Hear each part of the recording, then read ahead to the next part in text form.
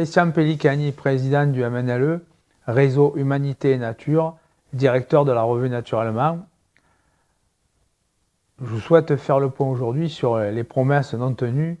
du candidat qui est devenu président de la République, Emmanuel Macron pour ne pas le citer, qui, de reniement en changement, nous amène, du point de vue de l'environnement et de l'écologie, dans un mur.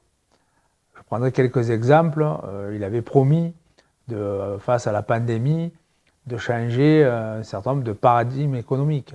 notamment le fait qu'on n'était pas capable en France de produire des médicaments, de produire des masques, de produire des appareils respiratoires et autres. Et on se rend compte aujourd'hui qu'il a contribué à aggraver la situation en important massivement ces produits, mais en ne développant pas les filières indispensables à notre indépendance pour faire face à une nouvelle crise sanitaire. Il en est de même pour le climat, où au lieu de financer des dessertes ferroviaires, des pistes cyclables dans les communes, des transports alternatifs, tramway et métro, il y a des sous qui sont annoncés, de l'argent qui est promis, mais dans les faits, on se rend compte que ce qui a été surtout financé, ce sont les industries polluantes, traditionnelles, l'aérien, le tout-voiture, sans contrepartie sociale, sans contrepartie financière pour ceux qui ont bénéficié de ces fonds. Et aujourd'hui, que ce soit Air France et Renault, ont licencié à tour de bras. Du point de vue du social, c'est pas très bon, hein, c'est même catastrophique, mais du point de vue du climat et du changement climatique, la contribution de la France est en recul par rapport aux décennies précédentes, puisque pour la production d'électricité, nous étions à 70-80% d'électricité nucléaire décarbonée, et aujourd'hui on se retrouve, contrairement à ce qui avait été annoncé, encore avec des centrales à charbon qui ne sont pas complètement fermées, mais surtout un désengagement des filières électronucléaires pour traiter ce qui est devant nous, les déchets de demain et les déchets d'aujourd'hui. Et donc on va se retrouver un jour devant des situations très compliquées. Il en est de même les promesses qui avaient été prises sur le glyphosate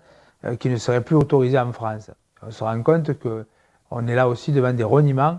qui fait que des déclarations complètement à l'opposé des promesses ont été prises par le président de la République qui dit on ne pourra pas le faire, ça va tuer notre agriculture, et donc il a réautorisé l'utilisation de ces pesticides à grande échelle. Je dirais que les deux derniers points que je souhaitais soulever, et ce n'est que quelques aspects de ces reniements, c'est la question par exemple de la qualité de l'eau en France, et puis de ce traitement particulier de l'agriculture productiviste où on favorise la construction de bassines pour les producteurs de céréales afin de faire une agriculture productiviste et non vivrière, et qui assèche les nappes phréatiques, les rivières, et qui dépossède une partie des paysans de toute possibilité de faire autrement. Mais il en est de même pour la montagne, où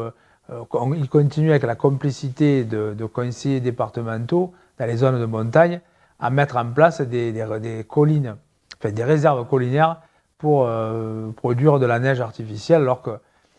en toute objectivité, le changement climatique, il est là, le réchauffement, ses conséquences en montagne, et donc il vaudrait mieux peut-être envisager de développer d'autres pratiques touristiques en montagne, et surtout ne pas dépenser tout cet eau au détriment des populations. Parce que je ferai remarquer que dans le même temps, on a eu des arrêtés sécheresse dans de nombreuses communes alpines, en Provence-Alpes-Côte d'Azur, dans les départements alpins, mais aussi du littoral, pour justement lutter contre le fait qu'on est en situation de stress hydrique. Ce n'est pas ces politiques-là qui sont les bonnes, et ils continuent. Et en matière de transport, je dirais, on est avec des macrobus qui remplacent les trains sur des liaisons de moins de 1000 km, du Paris-Marseille et autres, alors qu'il maintient pour l'aérien la possibilité de poursuivre des exploitations de lignes qui sont préjudiciables au milieu. On est aujourd'hui à la croisée des chemins, et suite à nos travaux sur le temps des alternatives cet été 2023, nous proposons maintenant de passer à une vitesse supérieure et de s'opposer de partout où c'est possible à ces politiques publiques porté par à la fois un gouvernement, un président de la République, une majorité parlementaire qui pose problème. Ce sont devenus les rois ce sont des bonimenteurs,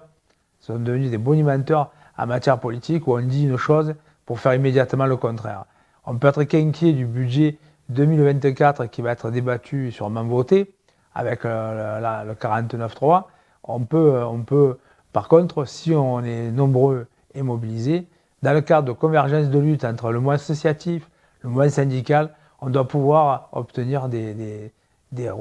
succès dans un certain nombre de domaines. Je pense aux politiques de l'eau, je pense aux actions sur les transports. On a bientôt sur le territoire, dans les Bouches-du-Rhône, d'Aubagne, une action sur la gratuité des transports, mais on a aussi en région parisienne tout un travail qui est fait contre le projet du CEDIF qui vise à traiter l'eau avec un système d'osmose inversée qui va coûter énormément cher en matière d'énergie. On a des actions aussi sur la préservation des terres agricoles, mais aussi sur des alternatives en matière de politique industrielle. Dans toute la France, il y a des sujets sur lesquels localement on peut agir et nous sommes pour mettre en œuvre un principe de triple écologie, mettre en synergie à la fois l'industrie et les politiques industrielles de proximité, l'agriculture et les enjeux urbains en matière de déchets, par exemple, de compostage, de fabrication, de production d'énergie à partir des déchets, mais aussi de réseaux de chaleur, de recyclage, matière. Il y a des solutions locales qui, à mon avis, notre avis, devraient être les bienvenues et pouvoir compenser ces mauvaises politiques nationales qui sont mises en œuvre aujourd'hui. Voilà, donc c'est un appel à rester mobilisés à la rentrée 2023. Nous attaquons bientôt le mois d'octobre. Il faut vraiment rester mobilisés. Nous avons des rendez-vous importants d'action. Soyons présents et ensemble, changeons la réalité.